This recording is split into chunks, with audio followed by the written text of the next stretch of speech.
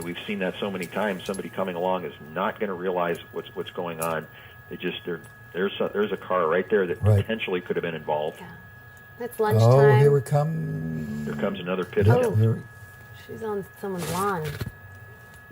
Was that an effective a pit? Her pulling off? No, I think that was a mistake. But look at her here. Now, I'm about 4 seconds behind you, Steve, on the view here. But, but I'll tell you though that was yes, scary. Yeah, overdriving, making mistakes. Again, the effects of that adrenaline rush. That you get very tired, you get very fatigued from this. Well, with the adrenaline and with being fatigued, there may well be the attitude of I don't care what happens. And when you get to I don't care what happens, this could affect other people. You know, that's true. And I got to tell you, many of the folks that I've arrested actually at the end of these pursuits, you ask them when we get them back to the station, why didn't you stop? And they'll honestly tell you, I couldn't. I was afraid. Yeah. I feel like they're in deep. Well, it's once you start this, you just don't know how to disengage, and they don't know how to stop. And that sounds odd, but that's the explanation they have. This has been going on about half an hour right now. It's a woman in that car being pursued. It started on the 605, came through downtown. This is an area near downtown right now, down South L.A. Residential streets, really speeding at this moment. She has been able to evade a couple of moments where it appeared she was boxed in or trapped. Yeah, at this time right now, I'm sure their watch commanders they're probably watching this on the air as well as we are. And this is a very, very high priority for them right now because this is very dangerous in these streets. All right, this is that was 56 that she was south on, now going back north again. Notice how narrow these streets are with cars parked on both sides. Now she's approaching another car. And again, all you have to do is have someone going the opposite direction. It's amazing that her luck has not run out, Steve. There's an intersection. Or someone else's. Yes. You know, as we watch these, both the viewers and as we watch this, we have to realize that, there's a good possibility this is not going to end well. They never do. That is the fear. I mean, often they do end well, but sometimes they end tragically. And that's the thing that we fear when we watch this. We know what's going on, but there are people who will be walking down the street or driving in their cars. They don't have a clue what's going on. And a lot of times people will see the helicopter overhead. One of the advantages to that is when they see that helicopter that they do realize something's going on. And remember, here we go, almost another pit attempt there. But remember, the officers in the helicopter are broadcasting to the ground units what their traffic is ahead of them. So they know when there's a car converging, and a lot of times I've been in a helicopter many times where you just see it converging and you're helpless. There's nothing you can do, and right in that intersection. That was South Vermont that she just turned off of. South Vermont, okay. Back on a residential street. Back into the streets there, residential. Under the freeway.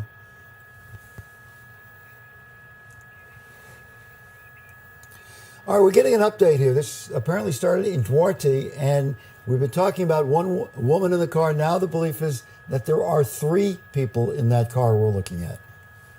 How does that change the dynamic, Jim Holcomb? Well, because significantly, and at the very beginning, I kind of thought it was odd that one woman would be in there, but now we really have to consider the likelihood that one of those 3 people is a serious offender and probably someone who's going to be going back to jail, and they're calling the shots. And again, now in the end game, this is why we're seeing perhaps them not getting so aggressive or so close on the pit maneuver, because you're going to have 3 suspects to deal with at the end of this. Close.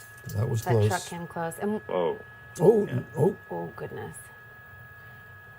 We had gotten a report earlier that this was a burglary attempt, which is how it got started, and there was a gun taken. So potentially these 3 people in the car could be armed. Correct, and that's always the assumption by officers anyway. Whether we're in a pursuit or not, we always have to assume that there's going to be a weapon involved. Well, you have to go to worst case scenario under any circumstances, even on a traffic stop. Correct, and as a thing as this progresses, you start to wonder what is the end game going to be. Are they going to have the guy going to bail out and start running all different directions, or are they just going to get out and lay down? So it's very tense at the end. Well, you also wonder, with this report, there are 3 people. If all 3 are in agreement what they're doing, if they're fighting among themselves about what to do here. No, and that's a very good point. Cop is getting out of the car Here we here. go. Okay. All right, we may be at the end game right now. There, as you said, Jim, there's somebody running. There goes a black and white down the street. That's one person. Okay, so they got one person drawing resources away from the stop, and back down through an alley. And remember, I'm about 2 seconds. There's a Okay. dog, Yeah, assuming it's a police dog. Maybe not. this guy's really moving too. Jump the fence. Yeah, up on the roof, over there in the back. There he goes. I don't know what's happening back at the car scene. No, we only got one set of eyes. Yeah. But you have to assume if they went in all 3 different directions, it's a circus out there. All right, the woman is in custody. The driver is in custody.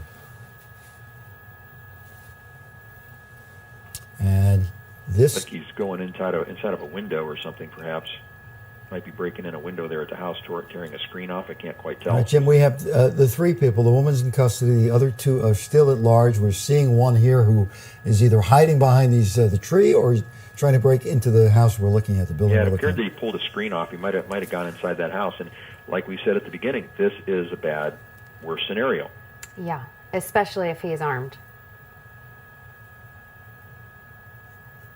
I can't quite get a view there, but it looks like he might have gone inside of a window there. You've got officers right now setting up a perimeter. They're going to, of course, deploy on that block, and they're going to also make sure people don't come into the area as well as the suspect doesn't get out. Would they be telling people around there to stay in or evacuate? Well, right now you can see they're setting up their perimeter right now. 2 of the cars are just to the top of the screen are looking for the next intersection. They want to cordon off the outer perimeter, make sure they got a good tight inner perimeter, and if he doesn't come out, then eventually they're going to start working to evacuate the residents on all 4 sides so that they have some room to work. But that'll be further down the road because we don't know whether he has a friendly person in there or whether he's just broken into a random house. That's those things aren't known. So the woman driver is in custody. There are 2 other people at large at this moment. We're focusing on one there. We don't know about the second one, where that person might be. And again, like you pointed out, see, we're just watching one part of the story. There's obviously another part somewhere else, and who knows what's going on over there. And this is how suspects split the resources of law enforcement. And this is critical. We saw them do it in a recent pursuit the other day, and we're starting to see it a little bit more. And these folks get together and talk, Steve. They talk about what works and what doesn't work. And when we were watching the pursuit, we could see 1 or 2 black and whites, but there were, I assume, many others in the area. Yeah, normally there's two units in the pursuit, and this one there may have been more because there was multiple suspects. But there's many units in the area, and as soon as this guy goes to ground and he starts running, most officers will immediately start deploying. And they'll converge. So we're focusing on this house right now. We don't know if he's gotten inside the house, or if he's outside somewhere, if he has a connection to this house, or if he just broke in. If so, the people inside are in for a big surprise.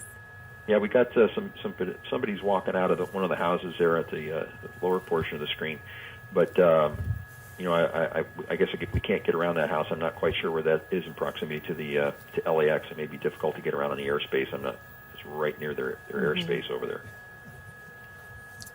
All right, this is in South LA, south of downtown. It was around 56th Street before, and as you can see, the activity going on as more and more officers converge on the area. And as Jim Holken is saying, they basically set up a perimeter so that if this guy gets out, he's not going to get beyond the perimeter. We don't know of the whereabouts of one other person from the car. We do know the driver, the one we were calling the woman, is in custody right now. All of this began about 45 minutes ago, apparently in Duarte, and ended up here south of downtown in South LA. As you can see, that air unit is really close, really trying to keep him in that. Jim, excuse me, we're getting word now that one of the male suspects is in custody, which would leave it, if the arithmetic is right on this, to one person out. And are we looking at it right there? I think we are. Yeah. Yes, we are. Yeah. So they got him pretty quick. I guess he just didn't get inside that house. So we think this was the guy from the house. It sure appeared to be. He's dressed the same way, and there was only one person running. So it certainly appears to me he's the same person we saw running. So that would indicate at this point 2 down, 1 to go. If indeed there were 3 people in the suspect car. That's correct. Now we don't know what's going on back at the where the car stopped, but. Well, the good thing here is that ended uneventfully.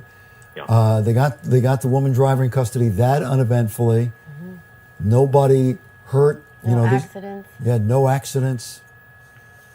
Just one lawn torn up, and that wasn't bad. No. And now, as we go back with our camera to the scene of where the car was stopped and ended. Yeah, that's there's your termination of your pursuit.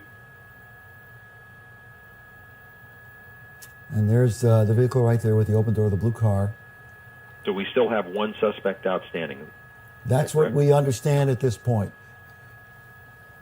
Although, looking, as we always do, at the body language of the officers, they're pretty relaxed at this point.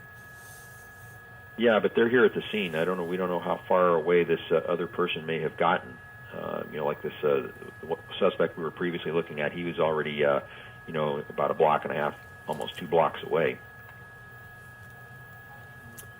But now notice these vehicles, Jim. You take a look. The vehicles have come down. I think is that Vermont, and gone to the side street. I wonder if there's something going on there.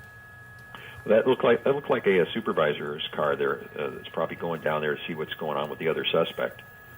But you see the air unit concentrating on this one area. If there was a suspect still outstanding, I would anticipate the air unit would be in a tight orbit around that other area. So, all right, Jim Holcomb, thank you for your assistance. Where we are with this is there were 3 people, 2 in custody. 1 is still being searched for. We'll bring you up to date as this develops as we go through the course of the day. But we're going to cut away